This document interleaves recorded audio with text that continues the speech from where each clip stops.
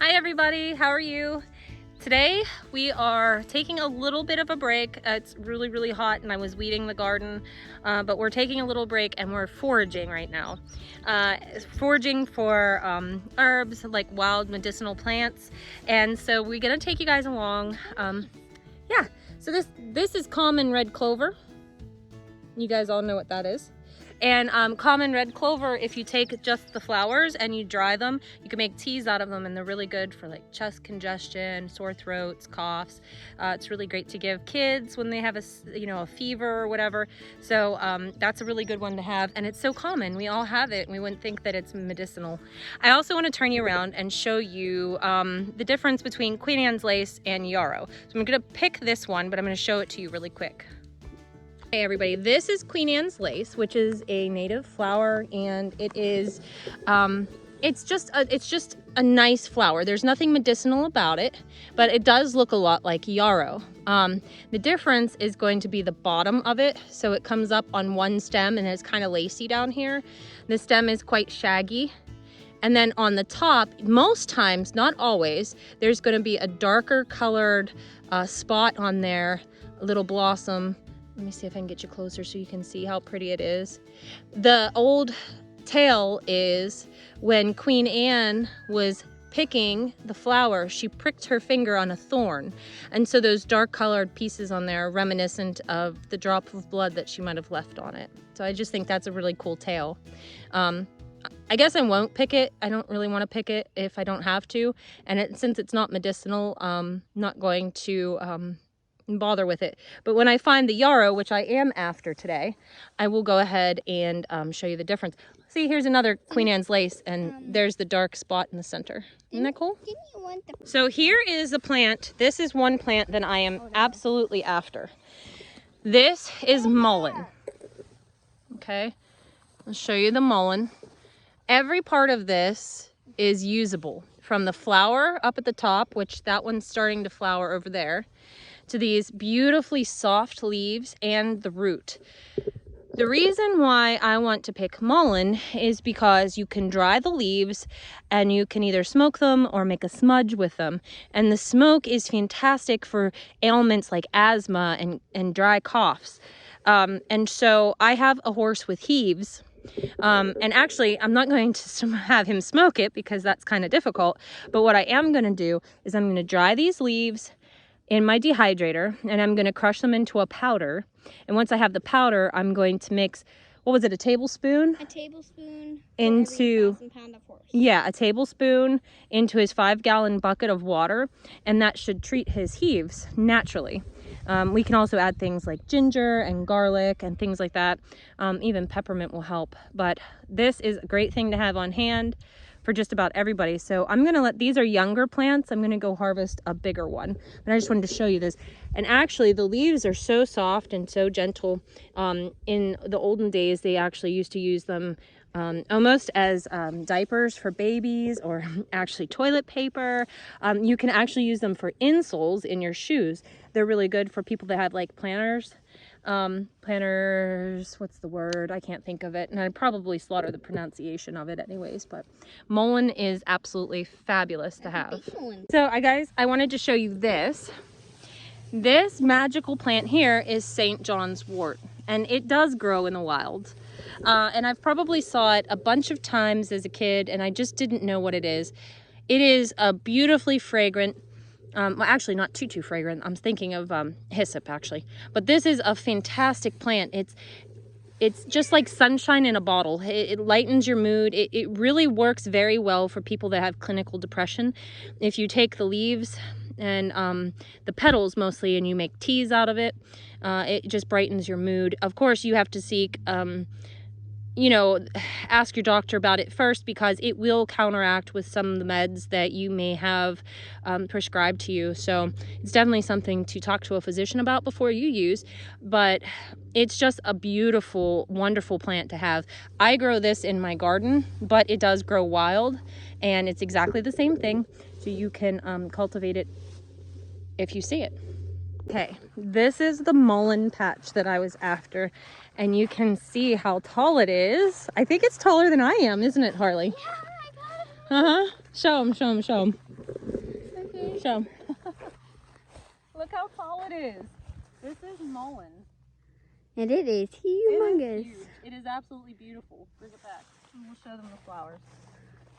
It is pretty. So you can see this one from a mile away. And you can see, of course, that the bees and everything like it. Here's the flowers. And yeah, this is the one I wanted to harvest because it's mature. And there's a whole bunch of them around here too. Look at. So we're going to harvest the leaves and probably the flower head. And I'm going to see about the root. Also, while I'm here, let me show you yarrow. Because the yarrow, there's little buggies on there too. Hi, bugs. Okay, anyways, this is yarrow. Do you see the difference between this and the Queen Anne's lace? The leaves on yarrow, there's like, I can't remember the word for it. It's mill something. But there's 1,000 little things on there. Yarrow is similar and lacy, but not nearly as many or as small. It's much larger. But the yarrow, as you can see on the bottom, it comes up on little stems. The flower heads come up on little stems, whereas the Queen Anne's lace is one big bunch. This stuff is wonderfully medicinal. If you are outside somewhere, you get cut, if you take the flowers off and, you know, add moisture, whether it be spit or water or whatever, rub it together, you can stick it in your wound and it's an anticoagulant. But if you make teas out of it and stuff like that, there's a multitude of uses for yarrow. And actually, I'm gonna harvest some of this while I'm out here as well. So we're gonna get some mullein and some yarrow. Hey, poisonous, and you can't eat it. Pull up that app you have. Okay. I just wanted to show you guys really quickly what we're using while we're out and about to identify things. Because this stuff right here is poisonous. It's called bird's foot trefoil. Yeah. So this is the app. What's the app that you're using? Go back to the home so we can see. It's just called Platinum, but if you go to here, go back, it should just be, I don't know. It's called Nature ID. Nature ID, okay. And we also use these. There's plenty of herb books that you can get. The Nature ID is nice because Harlee can just scan a plant and it'll tell you what it is. We'll do the Queen Anne's lace right there. Show them how it works. Just, if you're scanning mushrooms, don't trust it. Yeah, we don't trust it with mushrooms. Wild carrots. It'll tell you it's wild carrots. It's actually, but ancestor, blah, blah, blah, blah, blah. Yeah, it gives you a total description about it. And actually, that is true. Queen Anne's lace, see if you can pull that out. But it might be too young yet, but try. Oh, God. Try. Hopefully I don't fall over. I kind of got it, but it smells like a carrot. Yeah, the bottom, it usually is a carrot, but you can kind of see. Kind of. But it smells just like carrots, too. It does. So, pretty cool stuff. We're gonna. If you are looking for wild carrots, be careful because there is a thing called, what's it called? It's a poisonous part. Yeah. Nature always has poisonous lookalikes. All right, onward. Okay, I just found one of my favorites, so I'm going to show it to you. It's just coming on. Look. I will. This is goldenrod. Goldenrod is a hugely mistaken plant. Everybody thinks they're allergic to goldenrod and they like to whack it down.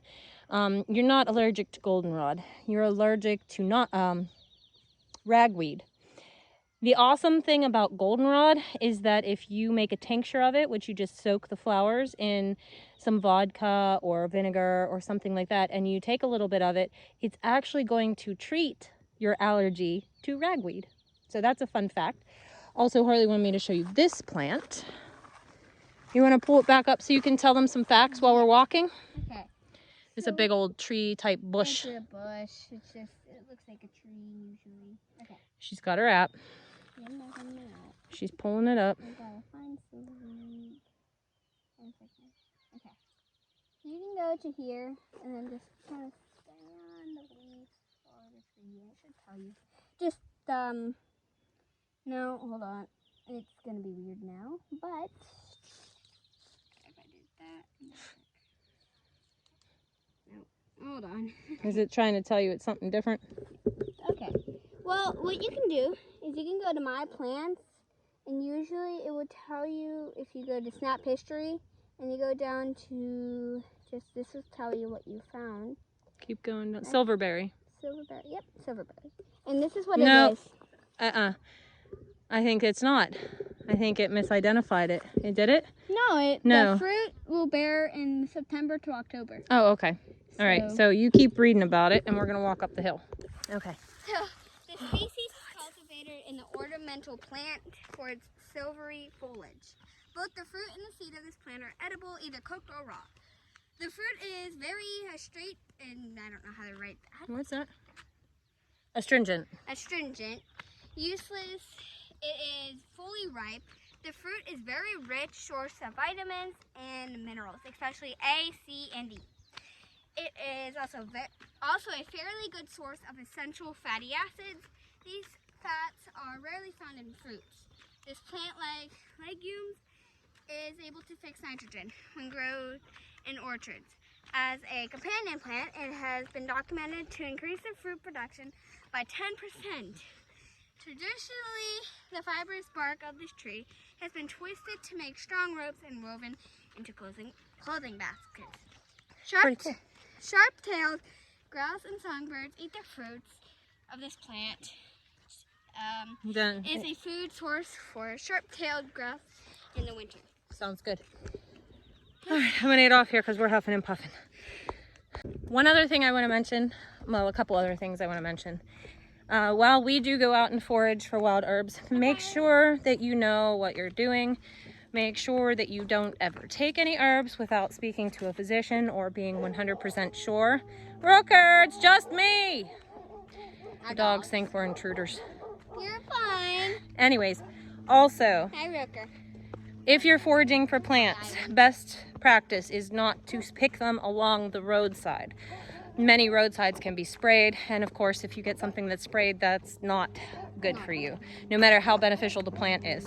So those are just a couple things to take note of, because I don't want anything bad happening to anybody. So I will there's say that. though, if you do download the app that I have, don't trust it because it is an app and it's hard to get some good pictures sometimes, but if you know what it is, then you can pick it. That's why we use the books too, because what we have her do is she'll scan the plant and it'll say this is what it is, and then I'll look it up in both of my books because they're like kind of like dictionaries, encyclopedias, and so you look it up in there, and if it cross-references and it looks the same, then you can be sure that that's probably what it is. So that's why it's nice to have multiple sources. I have one last thing that I want to pick. Okay. We're back in my garden really quickly, and I wanted to show you this beneficial plant. This is plantain. You can tell, I'm sure you've all seen it growing before. It lovingly pops up all over the place. Let me pull it up in my book for you. Okay, here's plantain, and you can see it next to the plant itself. Plantain's awesome. If you get a bug bite or something like that, you can take the leaf and kind of crush it up and put it on your bug bite, and it will draw it out. It's also really good to draw anything out. So like if you have like an abscess or something like that, that's what you kind of want to use this for. So it's great to use for all types of things, but you can see these books are amazing. They show you all the different uses. And I do want to harvest some plantain this year and dry it up just so that I have it. Okay, this is my hyssop plant, and as you can see, it's just about done for the year. I did harvest a little bit here and there, but I really wanted to let the bees have fun with it because the pollinators love it. But now that it's pretty much done for the year and the bees are going to be able to move on to stuff like goldenrod, I'm going to go ahead and harvest this up before it's totally gone, and I'm going to make a tincture of it. Hyssop is a beautiful herb. You can cook with it. It smells almost kind of like anise, kind of like basil. It's kind of its own smell, and it's absolutely beautiful. So if you've never smelled hyssop before, I strongly suggest you get your hands on some. Plant it, grow it. It's a beautiful plant, and the bees love it. And yeah, so I strongly suggest it. It's one of my favorites. It makes a beautiful tea. I'll show you guys what we've got real quick. So I got some red clover to dry, and we'll just continue to pick that and put it in the dehydrator as we go. And I'll just put the whole flower buds after they're dehydrated in a jar, and you can make a tea just by putting them in a one of those little tea thingies. What do they call them? I can't remember. Anyways, I also got some yarrow that I'm going to put into a tincture. I have some dried yarrow already. These are my yarrow plants, by the way. I have them here in the potager garden right next to my mint and lemon balm, which has gone crazy. Oh yes, and my St. John's wort, so you can see what it looks like. And I actually have planted a couple baby St. John worts here. I also have some sage and my beautiful calendula next to some cherry tomatoes. This is what I have envisioned for this garden. So these St. John worts will get huge like that one. And basically, I just want this garden to be wild and full of beneficial plants for us and for the insects. So I want to show you what has happened. Oh, I kind of got off on a tangent here. I'll show you what else we have really quickly foraged for. This is the hyssop that I was telling you about. And this is the mullein leaves that we got. I did grab some of the mullein flower and a little mullein root. So that's what we've got today. And we did learn about a bunch of new plants. But let me show you what happened to my potager garden. This is the state of this garden. As you saw me earlier this year, I was desperately trying to sow this in the drought that we had. The plants were small and they weren't super viable, so I thought, and I planted them in here, and I kind of was irritated with the status of this garden, so I kind of ignored it a little bit. And while I'm super thrilled with how this part of it's doing, the part that I planted last year, this got away from me, and all of this back here is just all weeds. And so I figured I lost all of the medicinal plants that I planted this year, and I was super bummed about it. Really quick, I want to show you guys what I found when I was in here putzing around. So this beautiful plant, when I was in here grabbing weeds, I smelled peppermint. And this whole thing is my pennyroyal. So I have multiple different plants of it, and it smells super fragrant, super fragrant. So it's like almost impossible to pull it out. What I did do, and you see I have some tomato plants in here. Those I'm just letting run wild, not like my tomatoes out front that I have trellised beautifully. This is just a wild garden. But what I was doing is I was pulling up the weeds and I was just laying them over. So I'm using them as kind of a natural mulch. So as I just ripped them out, I just laid them back down, and it's gonna help to mulch everything. Really quick, here's another one that I planted this year that I thought I lost. These big guys are Ella Campaign. I have a few of those. Tomatoes again, I haven't weeded all of it. This is also needing weeded. I had some zinnias in here that I know I lost, but, and I know these fell over now, but they should perk up with the rain we're supposed to get. I do have some zinnias that made it. I also have, that right there is a calendula, and this is yarrow. And here I found some lemon basil that I planted, which is absolutely fantastic. More calendula and cinnamon basil here. So not all is lost. Oh, also one singular dahlia made it. I don't even know if it'll blossom this year though. All of that to say that when you garden, things like this happen. Things get away from you. It's perfectly normal. The beautiful thing is plants are resilient and they want to grow. So when you start looking and you start digging for things, you will find them. And hopefully I'll be able to a little bit better keep up with this and get it straightened out. That way next year it looks like this, which still might look like crazy to you, or you know, like my mint and my yarrow and my St. John's wort, but actually that's how I want it to be. I want the good plants to choke out the weeds so I don't have to do anything. So I just wanted to bring you guys up to speed on this, and it's a work in progress, and I'll keep you guys updated. Thank you guys for coming along with us and foraging. It's one of our favorite things to do together. We just love to learn about the different native plants and what they're used for. I hope you guys enjoyed. Hit like and subscribe on the way out, and we'll see you guys in the next video.